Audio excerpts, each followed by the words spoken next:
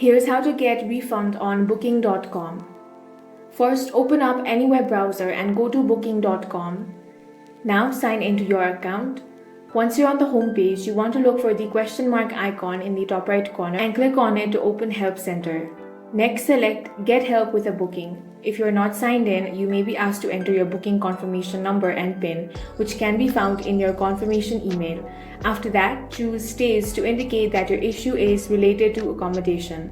When the available options appear, click on Message Customer Service. This will open a secure messaging from where you can contact the support team directly.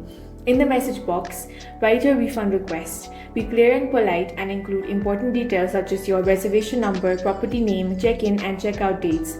You also want to include a brief explanation of the issue. If you have supporting evidence such as photos or messages with the property, mention that as well.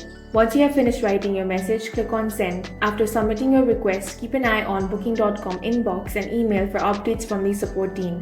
You can also reply within the same conversation if additional information is required. And that's it. That's how you can get a refund on booking.com. If you found this video useful, make sure to hit the like button and subscribe for more videos like this.